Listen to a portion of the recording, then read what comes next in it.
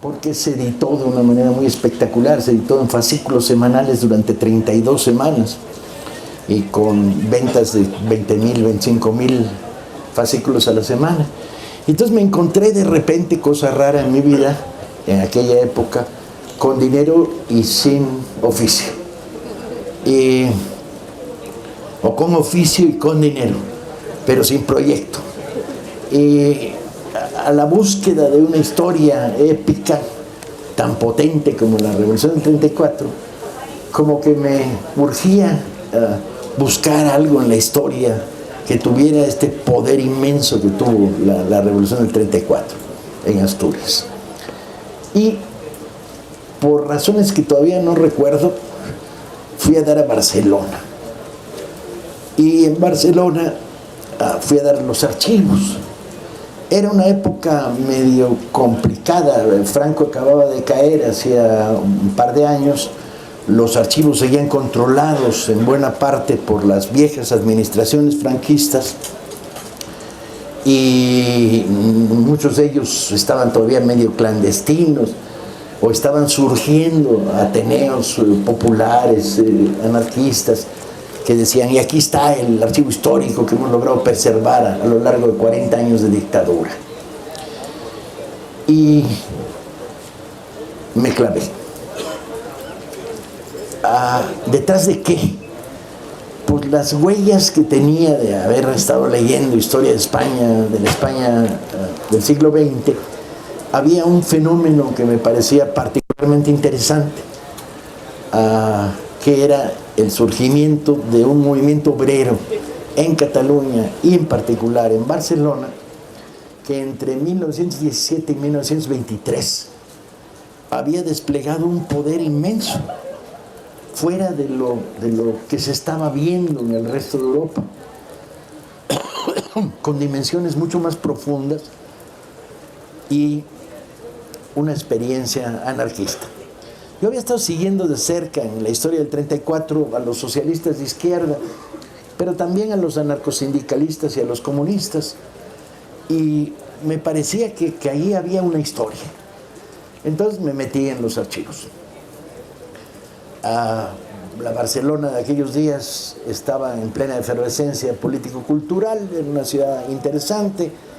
La nueva ola de la novela policíaca con Manolo Vázquez Montalbán, Andreu Martín, estaba en efervescencia, eran mis colegas. Yo ya había publicado las primeras novelas de Velasco Arán y tenía la beca Paco Taibo que me había dado a mí mismo para hacer una investigación, que es la mejor pinche beca del mundo, porque lo único que dice, tienes que hacer un buen libro y gasta poco porque se acaba, pues, ¿no? Tiene límites. Y entonces me vi en este trabajo rutinario de ir raspando archivos. Y empecé a encontrar material muy interesante. Contaba la historia casi desde el interior de esta clase obrera y esta efervescencia y este movimiento impresionante durante estos 6 años. Entonces hice una investigación de archivos. Luego me fui a las hemerotecas, que empezaban a abrir las secciones que habían estado clausuradas. Entonces descubrí colecciones de Solidaridad Obrera, de España Nueva, me las devoré completas. Llené 27 cuadernos. En aquella época la computadora no estaba al alcance de uno, y llené 27 cuadernos de información y notas. Y luego me hice de una bibliografía espectacular. Librerías de viejo, archivos, nuevas bibliotecas que se estaban abriendo. Total que en 6 meses tenía el corazón de una investigación hecha en mucha profundidad y encontré a 3 supervivientes del movimiento. 1 en España y 2 en México. Ya por razones de edad, lo que había sucedido en el 17, para la época en que yo estaba investigando, que era el fin de los 70s, ya no había testigos, habían muerto todos. Y empecé a hacer investigaciones complementarias. Y regresé a México a reincorporarme a la vida social y tenían cajas, muchas. Y entonces dije, ¿cómo lo escribo? En aquella época no sabía cómo escribir este libro. Si bien en el 34 era claro que lo podía conducir a través de los testimonios, ahí hice 400 entrevistas, pero bueno, por razones de tiempo, había agarrado a los viejitos en los últimos años de su vida y con buena memoria y con buena reflexión. Aquí, nada. ¿Y cómo lo cuento? Y en el cómo lo cuento, me trabé. Y entonces fueron a dar al sótano de mi casa. El sótano de mi casa no existe. El sótano de mi casa es un garaje donde está la pinche bomba de agua y tiene un recoveco, y entonces ahí fueron a dar las cajas. Y pasaron 30 años. Capítulo 1 de esta historia. Capítulo 2. Estoy en Reforma y veo a un chavito que se sube en un pinche poste de semáforo con un pinche martillo a darle de putazos al semáforo. Ante mi notable desconcierto, ante tal acto de barbarie, me acerco y le digo, ¿qué hombre? No, güey, es el símbolo del sistema. Digo, ay, no mames, güey. Los semáforos están ahí para cuidar a las pinches viejitas cuando cruzan la calle. No, si traes mucha pinche galleta, güey, agarra el martillo y vete a Los Pinos, cabrón, ¿no? No te chingues al resto. Medio lo convencí, pero más por razones de adulto con bigote que no me conocía, no sabía quién era. Me dijo, es que soy anarquista. Y dije, bueno, pues órale, sale. A lo largo de los meses previos y sobre todo durante la explosión anti-Peña Nieto que conmovió a esta ciudad, con la combinación de la movilización de Morena y el 132, surgieron varios grupos autodenominados anarquistas o denominados anarquistas por los medios de comunicación. Y se produjo una pinche satanización cabrona. Pinches anarquistas, véanlos, los anarquistas. Y rompen las vidrieras de los bancos y los pinches anarquistas, ¿no? Vente, Mújica, te dejamos sentarte aquí porque eres de confianza. Mújica es el compañero que representa la Brigada Paralela en Libertad en Oaxaca. Y entonces, anarquistas y esta satanización de veras era pinche, pues, ¿no? Era la maquinaria que habíamos visto tantas veces de Televisa y los perros de la comunicación soltando sus cañones sobre esos destructores del orden. Y luego además se presentaba de una forma muy confusa.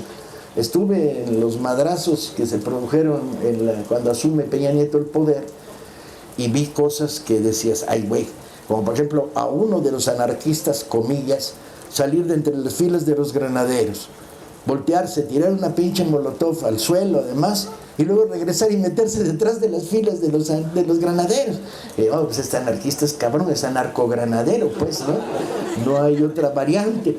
Y vi cosas muy oscuras en esta satanización. Era evidente que había una mezcla de provocadores estructuradas del aparato del Estado para crear la satanización. Pero también era cierto que había un montón de chavos y chavitos con rollo de autodefinición, o sea, vamos al choque, lo inmediato, el sistema, pégale, con los cuales tuve oportunidades alguna vez de tener interesantes conversaciones. Como por ejemplo, no mames, güey, ese pinche 7-Eleven que están intentando saquear es una franquicia, güey. No es la representación de Wall Street, no mames. Es una pinche franquicia con una chavita ahí que está aterrorizada y que no gana salario mínimo, no mames, ¿no? Esta dislocación del enemigo principal o discusiones como vamos marchando por Reforma, decidimos agarrar el lateral en otra manifestación, porque hubo muchas manifestaciones, y de repente yo les digo, pues vamos por el lateral, ¿no? Agarremos el pasillo y la lateral y marchamos por aquí. Y entonces aparece un güey desorbitado que me dice, no, hemos ganado el derecho a tomar la calle. Y yo humildemente le digo, párate, güey, no lo ganaste tú, lo gané yo, cabrón. Llevamos 30 pinches años de batalla continua ganando el derecho a tomar las calles, primero. Pero ahora, supongamos que seamos ecuménicos, lo ganamos para todos. Pero precisamente porque lo ganamos, decidimos actuar de esta manera.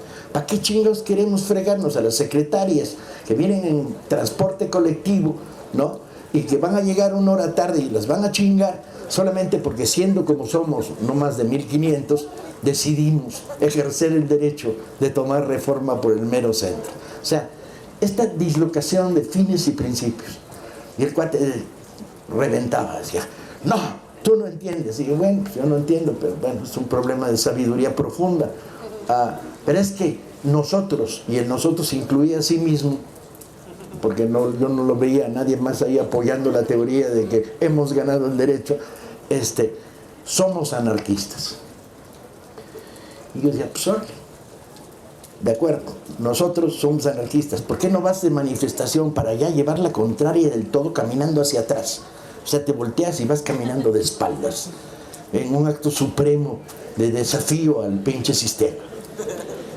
Es cierto, estas eran las muestras más chafas, las de los provocadores o las de los analfabetas. Pero también es cierto que había una corriente, una voluntad que se expresaba en una propuesta más que anarquista, virulentamente antisistema, que implicaba una discusión interesante, que es, en momentos en que necesitamos desplegar el movimiento de masas, si tú radicalizas con un pequeño grupo la protesta, lo que estás haciendo es inhibiendo la participación masiva. En la siguiente movilización, la señora con el carrito y el niño no va a venir. Y la queremos, es de los nuestros, es parte de lo que se ha construido. Entonces, abusados, porque la hiperradicalización a lo pendejo es colocarte en el terreno donde ellos están a gusto, que es el terreno de la represión y los putazos. Nada pone más contento a un jefe de policía que poder decirle a sus granaderos, chínghenselos. Y cuando dicen chínghenselos, no dicen chínghenselos a los que están tirando la molotov, dicen chíngalos a todos los que pasamos por ahí. De hecho, las detenciones que hubo durante estos 3 años pasados eran un reflejo verdaderamente potente de este pensamiento policíaco, que era, chíngatelos a todos, métele miedo a la población. Porque esta señora que está detenida y que a la hora de llegar al juicio ves que lo único que hizo fue protestar porque estaban pateando a un chavo que se había caído del suelo, ¿sí? Le quieren meter 4 años. Con argumentos como violaciones de la ley de seguridad, agresión a la autoridad, una parafernalia de carácter legal verdaderamente asquerosa. Y el 90% de los detenidos de estos últimos 4 años no habían sido detenidos en acciones de violencia contra la autoridad, habían sido detenidos en movilizaciones sociales pacíficas. Entonces, todo este debate estaba cruzado. Pero al mismo tiempo estaba la tentación de preguntarnos, ¿anarquismo qué? ¿Anarquismo para quiénes? ¿Anarquismo para cuántos? ¿Qué tanto anarquismo? ¿Cuál de todos los anarquismos? Y entonces de repente me entró la pinche tentación de decir, carajo, yo había metido en un closet 20 cajas de historia del movimiento obrero español, donde hay una perspectiva de lo que fue el anarcosindicalismo que me interesa poner en la calle, a ver si de casualidad entre los muchos lectores que siguen mis libros, pues agarro uno al que quería romper el pinche semáforo a putazos y le doy por lo menos una perspectiva, una visión, o entro en el debate en un nivel superior. Yo voy a estar escribiendo sobre temas vinculados al anarquismo. En Arcángeles están historias de Durruti, está la maravillosa historia de Librado Rivera, ¿no? Entonces el hombre fuerte del magonismo, anarquista, militante, genial, uno de los héroes de este país. Y había estado tocando temas bajo la idea y el supuesto de que la historia del movimiento y de la izquierda, toda ella no nos pertenece, y que no había que revisar la historia de una manera sectaria, diciendo desde el punto de vista comunista, pinche anarquistas. No, comunistas, socialdemócratas, socialistas radicales, anarquistas, populistas, guevaristas, todos son familia, son la gran familia de los que intentaron e intentan cambiar el mundo. Y en ese sentido no se trata de entrar al debate ideológico purista como si fuera religioso, no, sino se trata de contar historias y aprender de ellas y reflexionar sobre ellas. Bajo esta lógica tuve un agarrón con un periodista por radio en que de repente dijo, ¿por qué los anarquistas? Y ya me emputó. Entonces le dije, ¿está usted sentado, joven? Al locutor de la radio, era una entrevista telefónica. Me dijo, sí. Le dije, pues párese, güey, porque Ricardo Flores Magón, que es anarquista, es héroe de este país, entonces póngase de pie y salude. Y se cortó la comunicación. Pero el gusto me lo di, chinga. El gustazo. No me volvieron a entrevistar nunca en esa estación de radio. Ni pedo. El costo de ser feliz es ese, ¿no? Entonces dije, el closet. Y me fui al closet. Y abrí las cajas. Y revisé lo que había ahí. Y, ay, güey. Y entonces dije, puta, pero han pasado 30 años. La historia en España, los historiadores españoles, el propio movimiento no ha avanzado mucho ya en términos de más información, mejor reflexión. Y entonces revisé, gracias a la internet, lo que había de nuevo en 30 años. Y descubrí que no había nada. O sea, la historia no había sido contada. Había una novela, 2 novelas, un trabajo de un historiador gringo interesante sobre un elemento muy particular de todo este movimiento. Había un trabajo económico interesante sobre la Barcelona del 17-23 y los efectos de la guerra. Había medio cuaderno más de notas, que ya no fueron cuadernos, sino fueron archivos de computadora, porque uno envejece, pero lo viejo no implica lo pendejo, entonces uno se adapta tecnológicamente al futuro. No demasiado, porque todavía no sé tuitear, porque tengo los pinches dedos gordos y cada vez que escribo vete güey, termina diciendo wichi WhatsApp. Pero bueno, ahí ando. Entonces dije, ándale, güey, tienes una pinche historia potentísima aquí, pero potentísima. O sea, no ha sido contada. Y entonces vino la pregunta maldita, es ¿qué chingados les vas a interesar a mis lectores mexicanos un libro como este, enfangados como están, en un debate histórico que sí tiene que ver con la historia, tiene que ver con la recuperación del liberalismo del siglo XIX, tiene que ver con la reiteración de la visión zapatovillista en la Revolución Mexicana, tiene que ver con la visión y reflexión sobre lo que significó el cardenismo? Pero qué chingas. Y dije, bueno, uno escribe los libros que quiere y no los que se siente obligado a escribir. Para eso están los directores de tesis que hacen que escribas puras mamadas. Y entonces dije, lo voy a escribir. Y curiosamente me encerré 6 meses a cal y canto, que mis encerronas a cal y canto suelen ser frustradas, porque estás ahí a cal y canto y llaman, oye, estamos en una fábrica en huelga de muebles y somos 13 compañeros. Y dijimos, pues que vengan para Cotaibo a dar una conferencia. ¿Y en dónde están, cabrones? Puta, en Valle de Chalco, tú sabes, su puta madre. Y ahí, entonces mis encerronas no son muy potentes porque salgo a cada rato a dar conferencias a una fábrica de trabajadores de una fábrica de muebles en Valle de Chalco, que por cierto guisan el mejor pinche chicharrón en salsa verde que se come en la Ciudad de México. Porque no cobro por dar conferencias, pero está implícito que hay que alimentar al pinche conferenciante, ¿no? Eso va para todos los que al final de esta reunión van a decir, oye, ¿y no vienes a dar una conferencia? Sí, pero la tragada, como dijo el general Zapata, la panza es el que se la trabaja, ¿no? Bien. Y entonces salió el libro. Lo leí y dije, puta, está toda mal. Y entonces vino el capítulo 3. Tengo una reunión con la editorial dice, es un libro interesante, pero va a valer madre. ¿Lo quieren publicar? Sí, desde luego, todo lo que nos traigan lo publicamos, no hay bronca. Pero, y bueno, ¿has pensado en que se publique en España? Y desde luego, bueno, la editorial mexicana, en combinación, como es una transnacional, con el grupo español, bueno, el libro se publicó en España, se publicó en México, no más que costaba 389 pesos. De puta madre. Me eché una bronca con la editorial diciendo cómo hicieron esta salvajada. este es un pinche libro que me aleja de mis lectores.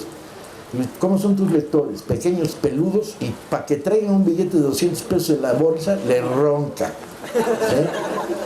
Entonces, tuvimos un contencioso, un broncón, duró un año el broncón, se vendieron más de las 2/3 partes de la edición, y al año les dije, ven, güeyes, lo que pasó. Y entonces la Brigada Paralela en Libertad negoció la compra del resto de la edición para que a su vez la editorial en la que publico, al paso de 2 años, hiciera una edición mucho más barata en bolsillo. Y la Brigada lo compró, y al comprarlo a precio de remate, lo puede vender en 130 pesos, no en 390. Entonces, bueno, empezó a acercarse al potencial económico de la mayoría de mis lectores, aunque no mucho. Pero bueno, ¿qué fue el libro al fin y al cabo? Pausa para encender cigarro.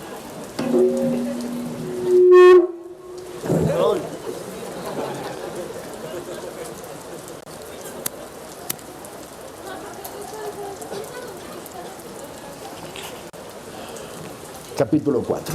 El libro era la historia de cómo en una ciudad como Barcelona y una región como Cataluña, noreste de España, entre 17 y 23, el equivalente en México, se están produciendo los últimos coletazos de la Revolución Mexicana.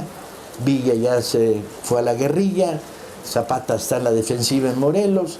En esos años Zapata sería asesinado y Villa se rendiría en el norte y se retiraría a Canotillo. Está la plena guerra mundial en Europa, y en esos años se producen algunos fenómenos muy extraños. El primero es Barcelona se vuelve una potencia económica, al grado que hay empresas que venden de un año a otro 10 veces lo que estaban vendiendo. O sea, multiplica por 10 su volumen de ventas, lo cual es exorbitante. Y es que Barcelona está en una situación muy particular en la cual España es neutral en la Primera Guerra Mundial y le vende a los dos bandos. Puerto, además, que da al Mediterráneo, tiene acceso a los puertos austriacos, a los puertos franceses, a los puertos italianos, por vía marítima directa, y a Inglaterra dándole la vuelta a España. Hay un auge espectacular. La burguesía se enriquece de manera desmesurada. Es la época, además, de Gaudí y la arquitectura modernista, en una ciudad muy rara donde los oligarcas no miran hacia el mar, del mar sacan el dinero, miran hacia las montañas, que les parece más apacible. Una ciudad iluminada a medias por gas y a medias por luz eléctrica, relativamente moderna, con unos tranvías que funcionan muy bien, repleta al sur y el norte de barrios industriales muy potentes y con un chingo de dinero circulando. La ciudad además se transforma. La cocaína no se compra en bolsita, se compra en las farmacias y al peso. O sea que vas y pides 1 kilo de cocaína y te la sirven. Los prostíbulos crecen de una manera desmesurada, con todo tipo de exotismo. Hay que ver los anuncios en los periódicos para ver, ¿no? Bailarinas de Java en vivo. Chicas llegaron desde Java a Barcelona, vaya usted a saber, a lo mejor se apellidaban Gruel o algo así, no importa. El dinero, las casas de juego florecen por toda la ciudad.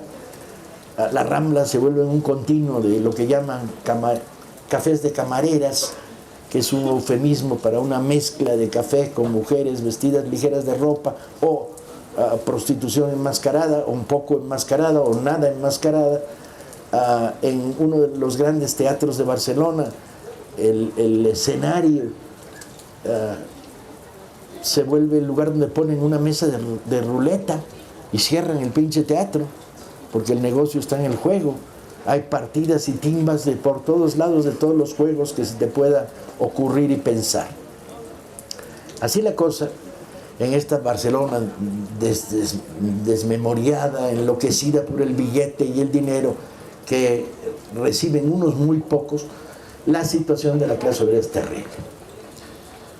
Es una clase obrera de primera generación de obreros catalanes que habían migrado sus padres a Cataluña y de migrantes que han llegado por oleadas en los últimos años por el trabajo. Hay fábricas que están trabajando los 3 turnos, ¿sí? No hay salario mínimo, desde luego, no hay jornada de 8 horas, se trabaja 8, 9, 10 y en algunos lugares 11:30 horas. Vacaciones y aguinaldo desconocidas. Séptimo día respetado, pero no pagado. O sea, trabajas 6 cobrando, el séptimo descansas, pero no lo cobras. Todas las prestaciones, digamos, modernas de los trabajadores estaban excluidas de la vida diaria. Yo sé que el retrato es el retrato de 1917, pero bueno, también es el retrato contemporáneo mexicano. Este país ha perdido los derechos laborales conquistados penosamente a través de años de lucha, y hoy decir jornada de 8 horas en algunos lugares es una broma. Decir aguinaldo es una mentada de madre. Decir vacaciones es una broma. O sea, todo aquello que habíamos conquistado y habíamos, digo, el género humano, a lo largo de tantos años se ha desvanecido. Estamos viviendo uno de los momentos más jodidos en materia de derechos laborales en la historia de México. En el 18 las cosas estaban mejor, ¿sí? Porque además la pérdida se está produciendo en los sectores menos estructurados, servicios, comercio, etcétera, ¿no? Farmacias, supermercados, bla, bla, bla. Y desde luego pues, arrastra la pequeña papelería de la esquina que tiene 2 empleados, ni soñar con salario mínimo, ¿sí? Así la situación, la logística de este maravilloso Feria del Libro, ¿da para que me toque una pinche Coca-Cola? Perdón. Y vivían los obreros de la Cataluña industrial en barrios miserables, arracimados, sin asfalto, calles repletas de lodo, una situación terrible de hacinamiento, amontonamiento, calor en verano. Barcelona es extremadamente rígida en sus temperaturas, mucho frío en invierno, y la imagen, pues, que está retratada además afortunadamente por 4 o 5 escritores de origen proletario que cuentan muy bien esta Barcelona enloquecida.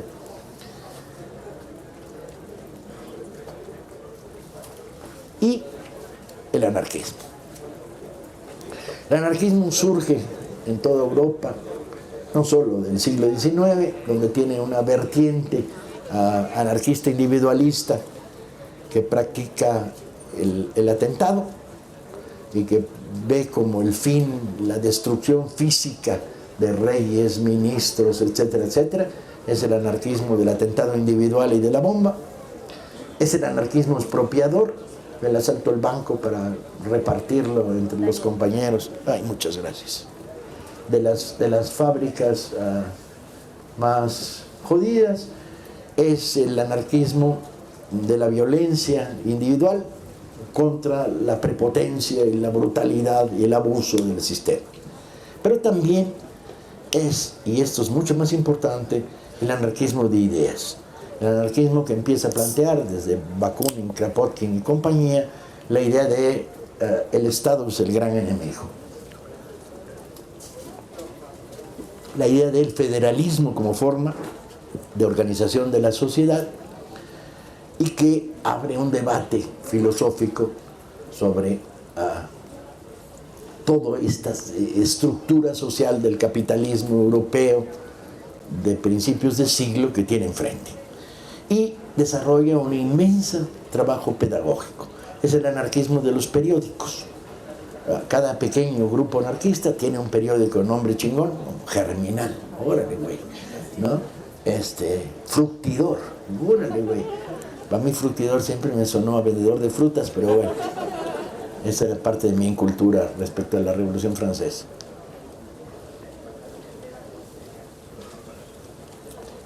Y genera toda una mística. Ni Dios, ni amo, ni rey. Colgaremos con las tripas del último burócrata colgaremos al último burgués. Estás cabrón, ¿no? Y toda esta mística en torno a él, que viene además porque enraiza en el proletariado.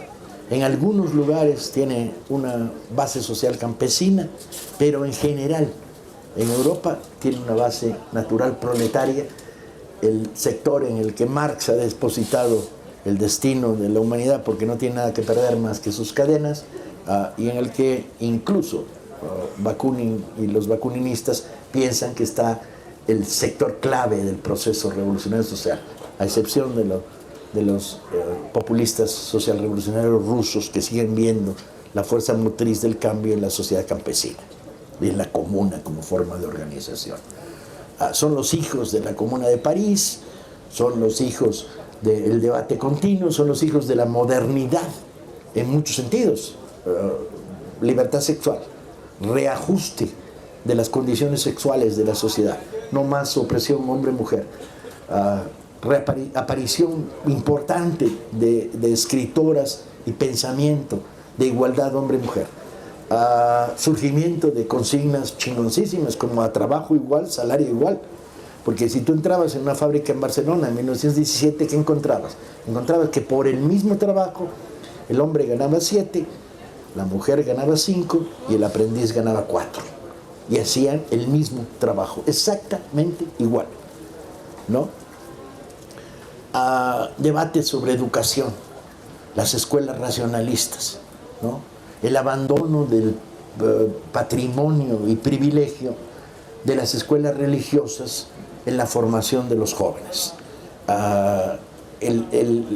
muy anticlericales, violentamente anticlericales, ateos por definición y vocación, y todo este trabajo ideológico de propaganda que cobra forma en la Barcelona de aquellos años, cobra la forma de ateneos, bibliotecas, clubes sociales, centros de debate, centros de discusión, conferencias, y va dándole forma a un periódico que es maravilloso.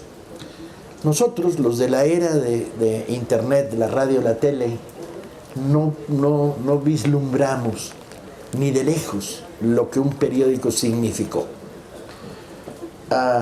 Sí lo vislumbró el Iskra leninista, sí lo vislumbró el Regeneración Magonista, que se producen por esos mismos años. Y en Barcelona surge la SOLE, Solidaridad Obrera, llamada por todos los que la compran, la venden y la distribuyen, la SOLE. Periódico fascinante, porque lo mismo te cuenta las actas de asamblea de un grupo militante, los conflictos en una fábrica, las denuncias sobre la guerra imperialista que se está produciendo en Europa y cómo es una sangría, que de eso pasa a recomendar que leas a Calderón y la Barca porque está toda madre, ¿no? O que compres las 7 pruebas de la inexistencia de Dios de Reclus, que está toda madre, por cierto, porque no prueba nada, pero está chingón en los argumentos, pues, ¿no? Es como si tuvieras que enfrentar un libro que se llamaba Las 7 pruebas de la existencia de Dios, pues más tampoco prueba nada, pero está divertido, pues, ¿no? Reclus es fascinante, pero además muy buenos escritores, y Proudhon con su diatriba contra el Estado. Por cierto, no se les olvide, ¿quién chingados tradujo a Proudhon en México? Melchor Ocampo, camaradas. Es el primer traductor de Proudhon en México, usados. Bien, luego de este acto de enciclopedia cultural para analfabetos funcionales, la efervescencia del pensamiento, de las ideas, de las doctrinas. Y antielectoralistas a madres. El juego electoral es el juego del Estado, no le vamos a entrar, no nos interesa, no queremos compartir el poder con el capitalismo, queremos destruirlo. Y partidarios de la acción directa. Nada de mediaciones entre patrones obreros, clase contra clase. Y de repente, en medio de estas condiciones, surge la chispa que provoca el incendio de la pradera, que es la estructura de organización de los primeros sindicatos es una estructura de oficio. Heredan la vieja estructura de organización de los artesanos. Entonces, en una fábrica hay sindicato de carpinteros, sindicato de fundidores, sindicato de afinadores de piano, porque es una fábrica que fabrica instrumentos musicales en gran cantidad. Y tiene 3 sindicatos, o 4, o 5, con demandas de oficio, ¿no? Por ejemplo, una de las demandas más sentidas y que da lugar a luchas verdaderamente impresionantes es la de los carpinteros, que demandan que el patrón ponga los instrumentos de trabajo y que no tengas que traerlos de tu casa, tú pagándolos, arreglándolos y si se te pierden te fregaste. Sino esa demanda que parecería enloquecida y absurda se vuelve central, ¿sí? Y el surgimiento de la gran interacción se produce porque empiezan a plantear sindicatos únicos por rama industrial. Todavía no sindicatos fabriles y a su vez luego ramas industriales, sino sindicatos por rama industrial. Y empiezan a hacer el llamado generalizado a la clase trabajadora a partir del Congreso del SANS en 18 de los sindicatos únicos. Y esto produce el aluvión de organización. En un año, en una región de 4 millones de habitantes, la CNT llega a tener organizado 1 millón de trabajadores. 1 de cada 4 ciudadanos está organizado. Y esto implica unos niveles de organización supremos. Situaciones como en una reunión del Comité Confederal, Ángel Pestaña, secretario del Comité Confederal y director de Solidaridad Obrera, alguien le dice: hay que organizar a las sirvientas. Pestaña dice: ¿qué? A las sirvientas hay que organizarlas. ¿Alguien tiene alguna idea? No. ¿Alguien tiene alguna idea de las demandas de las sirvientas? Todos sabían. Claro, la hija de Pestaña y su esposa eran sirvientas. Y entonces, sí, claro, pues, las demandas sí. Y publican en Solidaridad Obrera un articulito este tamaño, no más, que dice: el domingo a las 4 de la tarde en el parque no sé qué están convocadas todas las sirvientas de Barcelona.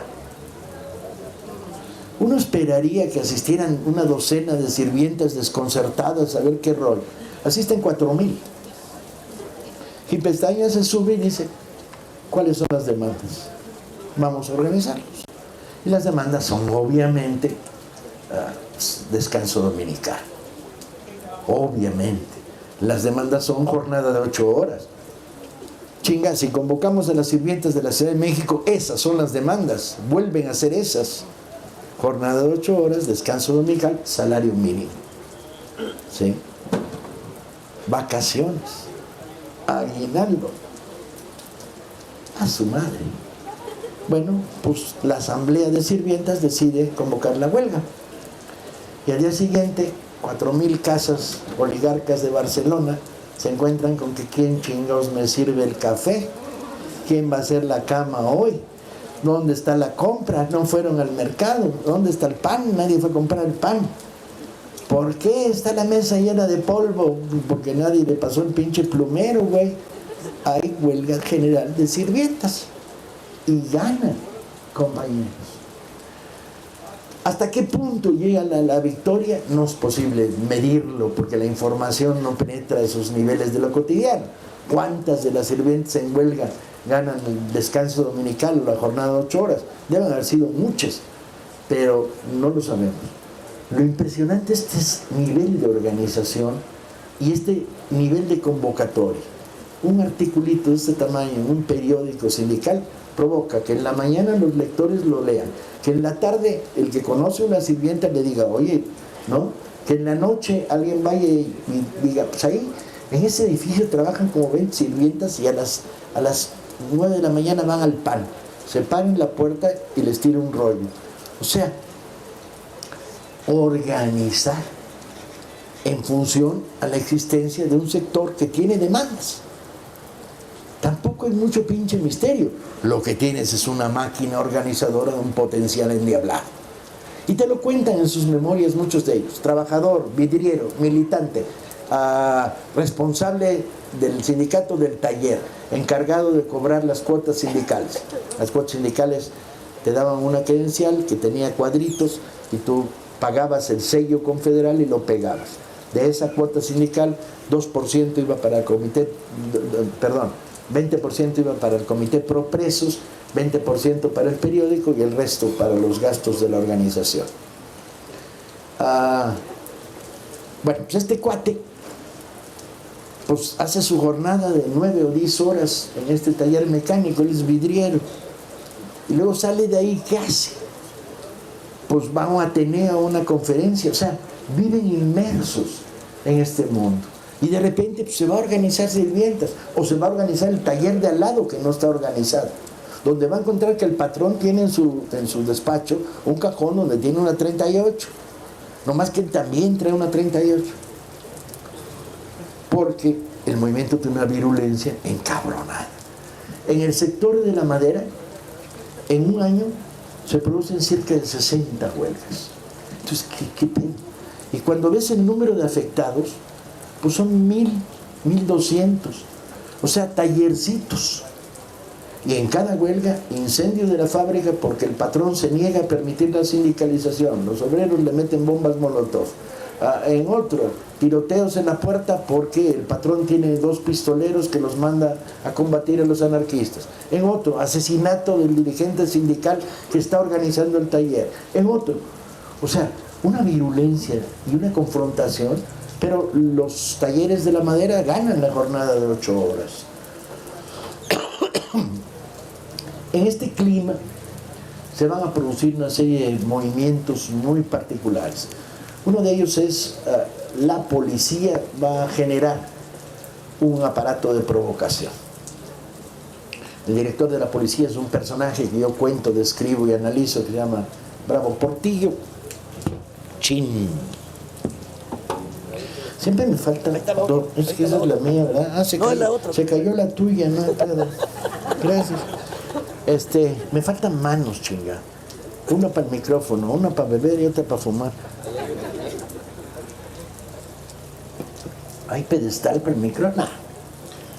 Entonces, este tipo, Bravo Portillo, monta una estructura de pistoleros y la pone al servicio de la patronal. Le ofrece a un patrón, por 3,000 pesetas te mato a los organizadores sindicatos de esta fábrica. Al mismo tiempo, este cuate está vinculado íntimamente con la conspiración de la embajada. Vende cigarro.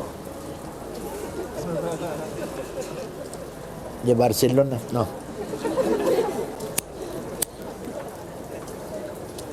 Gracias.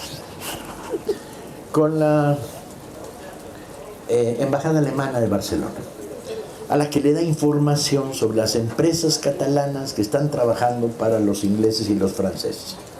Mismo que transmite esta información a la embajada alemana y a los agentes secretos alemanes que usan los submarinos alemanes que están en las afueras del Mediterráneo para hundir estos barcos que llevan armamento a los países beligerantes. Entonces, Pestaña descubre la trama, la denuncia, se arma un desmadre a nivel nacional porque está combatiendo no solo al jefe de las bandas de pistoleros patronales de la policía, sino además a un espía. Y en medio de este escándalo, Bravo Portillo es detenido, aunque luego lo libera. La reacción es suprimir la edición de Solidaridad Obrera, que es secuestrada. Hay la colección de Solidaridad Obrera es tacucha. Faltan cientos de días por secuestros, retenciones, prohibiciones. Pero Solidaridad Obrera tiene una maquinaria tan espectacular que en la mañana el periódico, un juez decreta su secuestro. La policía llega a la imprenta y impide que salgan los camiones y es destruido el periódico. Bueno, pues a media mañana en otras imprentas de Barcelona se está imprimiendo el periódico clandestinamente y los mecanismos de distribución se mantienen. Esta guerra contra el pistolerismo patronal va a provocar una reacción por parte de unos sectores, los más calientes del anarquismo y anarcosindicalismo, que responden tiro a tiro. Hay un duelo sangriento en Barcelona que no impide el despliegue de la movilización sindical, pero que produce decenas de encarcelados, represiones masivas, etcétera, etcétera. La banda de Bravo Portillo, sustituida por la banda del Barón de König, misterioso personaje alemán, en la misma lógica, infiltración.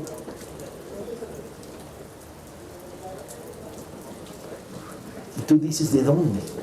Porque hay una purga de cuadros de la organización.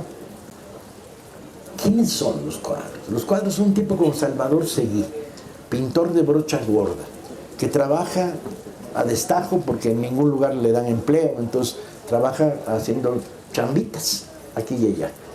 Son gentes como Pestaña, que es relojero de oficio y que cobra un salario como director de Solidaridad Obrera, que es el salario mínimo fijado por él que cobra un obrero, porque dice que no puede haber privilegios. En eso la CNT, la Confederación Nacional del Trabajo, es muy rigurosa en la aplicación de estos principios de igualitarismo.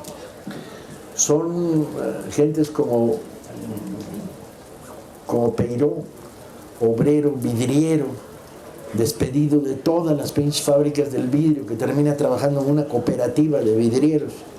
Son personajes, todos ellos autoeducados, analfabetas de origen, sin educación básica, aprenden a leer en el camino de la vida, todos ellos escritores y algunos de ellos muy buenos, con una gran fluidez para la palabra escrita, cultivados en la lectura constante de periódicos, de libros, etc. García Oliver cuenta que para él la cárcel era la neta, porque todos los libros que tenía trazados y no había podido leer, pues se los leía en el tanque, ¿no? Entonces para él ir a la cárcel era como lo máximo. ¿De cuánto me van a meter? 3 meses, poca madre, dice, ¿no? Tengo una pinche pila de libros atesados. Él era camarero y de gatillo rápido además, ¿no? Había estado en choques directos contra la patronal y contra los pistoleros de la patronal. En este contexto se va a producir el fenómeno, yo diría 2 fenómenos que habría que analizar por aparte, aunque no quiero hacer demasiado extensa porque la historia que cuenta el libro va de detalle en detalle, de pequeña historia. Uno de ellos es la lucha por el hambre, que es la primera experiencia de un movimiento de mujeres en una ciudad española para luchar contra la carestía, que empieza por una micromovilización de un grupito que dicen que bajen los precios del aceite, del carbón, y ahí se entera uno cuáles son los consumos básicos de esa sociedad. En México el debate hubiera sido frijoles, tortillas, maíz, ahí era aceite, carbón, porque se guisaba y se calentaban las casas con carbón, bacalao seco, que era el pescado más barato que había en el mercado, sardinas, que era el otro pescado que se pescaba en costa, muy cerquita y muy barato, y pan. Estas son las grandes demandas, que bajen los precios de estos productos, porque al final, cuando se acerca el fin de la guerra en 18, la especulación de los comerciantes aumenta de inmediato los precios. Y bueno, empiezan 5 mujeres, chocan con la policía, luego serán 20, luego serán 1000, luego serán 2000, luego bajan por las Ramblas y empiezan a llamar a que se sume al movimiento a las camareras de los cafés cantantes. Cosa que sucede. Y el movimiento crece con las camareras y la prensa reaccionaria. ¡Ay, están las putas! Pues sí, güey, también comen, cabrón, ¿no? Como tu madre, por ejemplo, ¿no? Y lo logran. Y crece y choques de nuevo contra la policía. Y dirigido por un grupo de mujeres anarquistas, adoptan la táctica de la acción directa. Entonces llegan a un comercio donde el especulador ha escondido, y lo saben porque en el barrio todo se sabe, 1,5 toneladas de carbón, rompen las puertas, lo sacan y lo venden al precio justo. Y le dan al dueño de la fábrica lo que es justo. Para esto, en el momento en que rompen, empieza la distribución a correr porque la policía tardará 10 o 15 minutos en llegar. Y atacan las panaderías, y atacan las distribuciones en los mercados. El movimiento se extiende, ya no va hacia las Ramblas, hacia los cafés de camareras, ya va hacia las zonas industriales textiles. ¿Y qué encuentran? Pues la reacción inmediata de las mujeres del textil, que se suman y estalla una huelga de mujeres en el sector textil. Cuando la CNT quiere intervenir, le dicen, no, hasta un lado, esto es una lucha de mujeres. ¿Sí? Apoyen, presten locales, difundan, divulguen, pero no se metan. Y el movimiento por el hambre adquiere una dimensión inmensa y terminan ganando. ¿Sí? Los precios de los artículos de alta necesidad son fijados por el gobierno local en tope. No logran la totalidad de sus demandas, pero sí un descenso del mercado especulativo y un control. El segundo gran movimiento es la huelga de la canadiense, que es la gloria de la Barcelona, de la Cataluña industrial. Empieza por una pendejada, como todos los grandes movimientos sociales. El patrón de una empresa llamada La Canadiense, porque tiene acciones de Canadá, la mayoritaria, despide a 6 empleados de las oficinas. Como reacción, la totalidad de los empleados de las oficinas se niegan a entrar a trabajar y va a la huelga. Como reacción, despiden a la totalidad de los empleados de las oficinas. Como reacción, el sindicato de La Canadiense toma el mando del movimiento. Lo llamaban atraer el movimiento. O sea, cuando va subiendo de nivel de confrontación, un nivel de organización superior se hace cargo de la conducción del movimiento.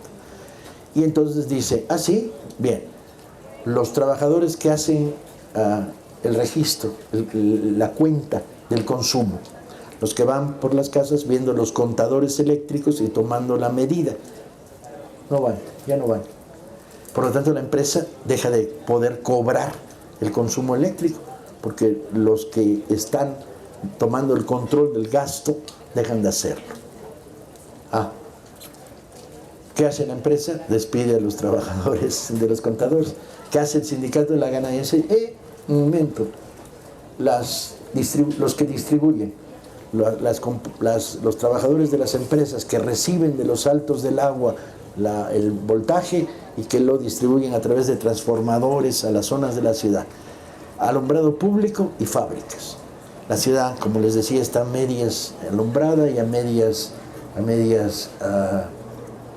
alumbrada por gas. La empresa despide a los trabajadores. El gobierno interviene. Dice, militarizamos a los trabajadores. Los trabajadores dicen, si nos militarizan, vale, pero no nos pueden obligar a ir a trabajar a las fábricas. 2 millares de obreros detenidos, militarizados. Llegan a los cuarteles, váyanse a la fábrica, nadie da el paso adelante. La CNT atrae el movimiento a nivel del Comité Local de Barcelona y decreta que la poca energía que se está produciendo se suspende. Por lo tanto, entran a la huelga las fábricas de gas y las otras 2 empresas eléctricas.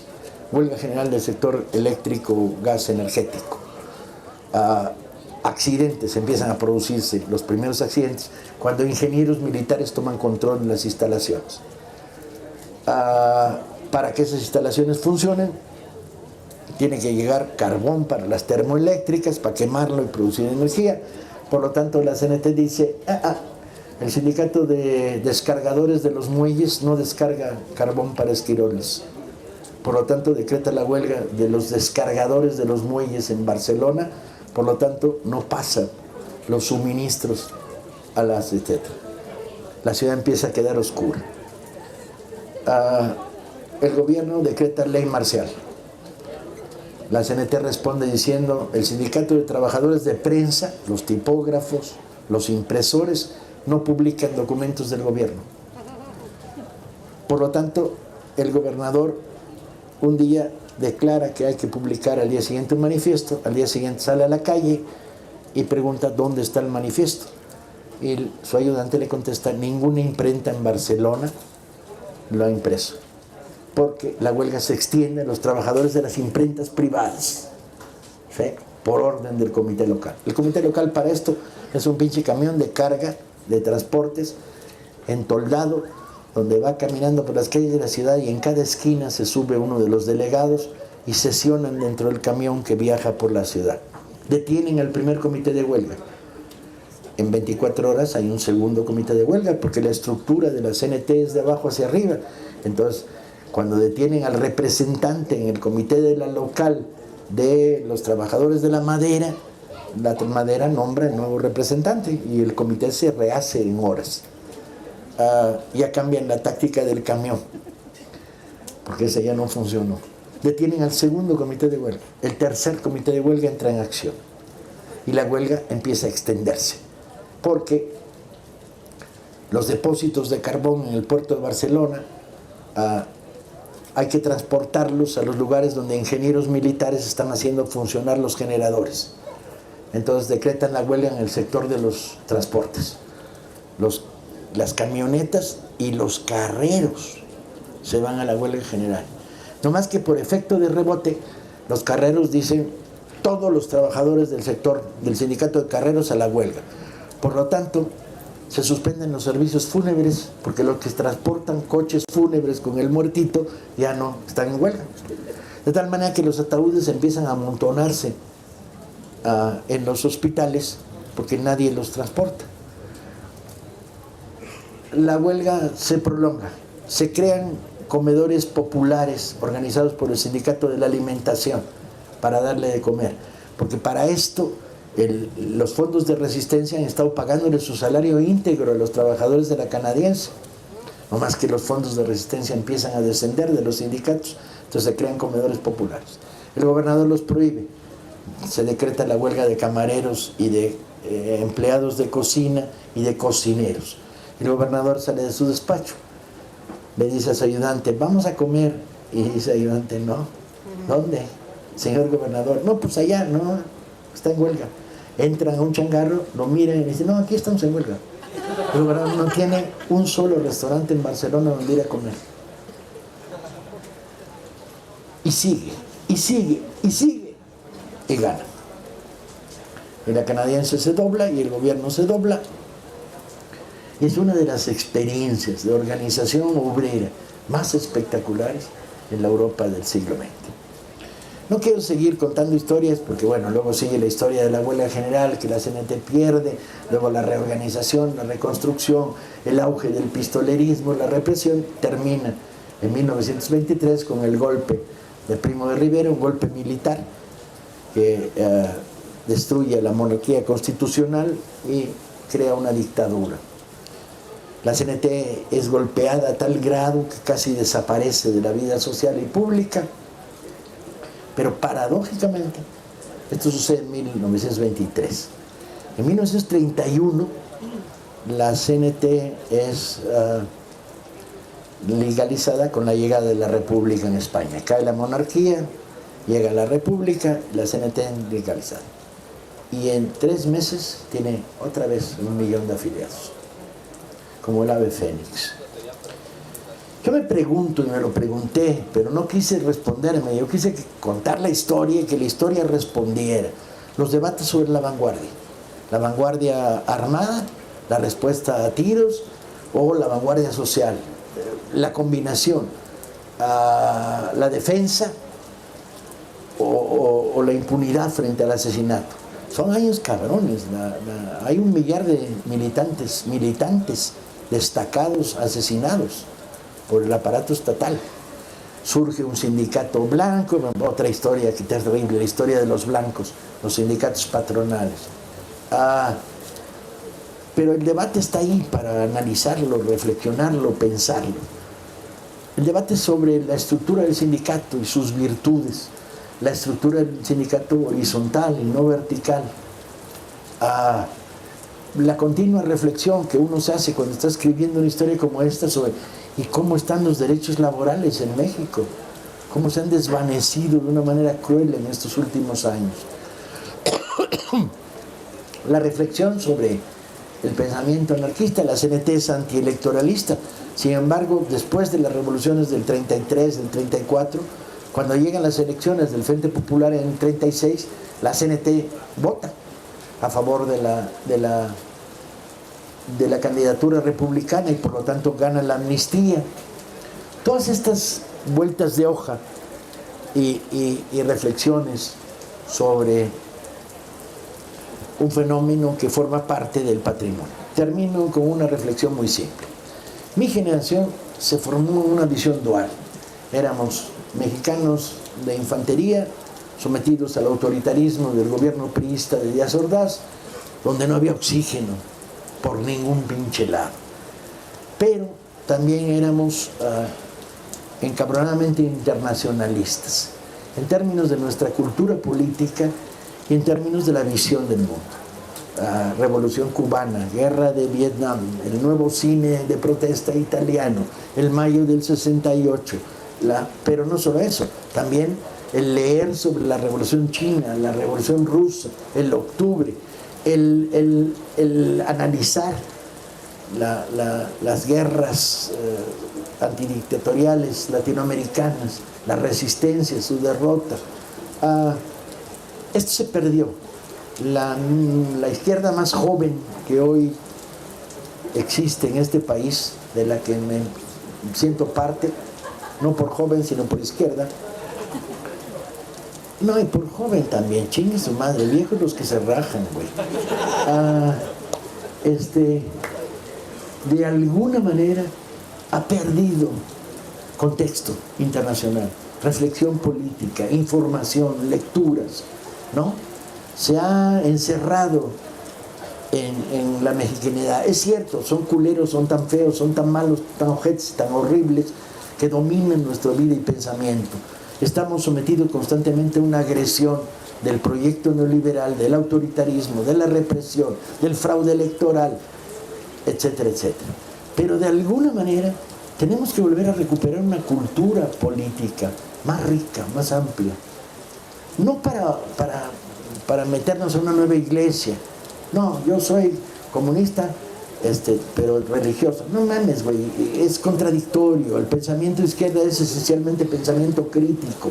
No se trata de buscar en el pasado qué religión me cuadra más o menos y meterme encasillado a ella. Se trata de buscar en el pasado información, inteligencia, reflexiones, sabiduría política y no acoplamiento doctrinario.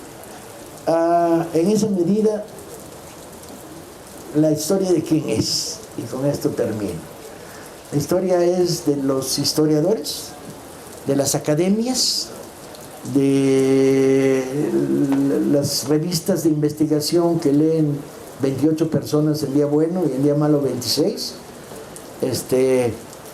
La historia es del Estado, que lo que hace es poner placas en las calles de héroes que no reconoce como tales, descafeinar la historia nacional, volviendo a Hidalgo un cura pendejo, haciendo de Morelos un iluminado, negando la trayectoria social del villismo y volviéndolo bandolero, ignorando la experiencia gloriosa de Carrillo Puerto.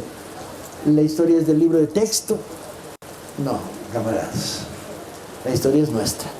La historia es nuestra historia. Y entonces, ¿para eso qué necesitamos? Para eso necesitamos escritores que la escriban como yo y lectores que la lean como ustedes. Muchas gracias.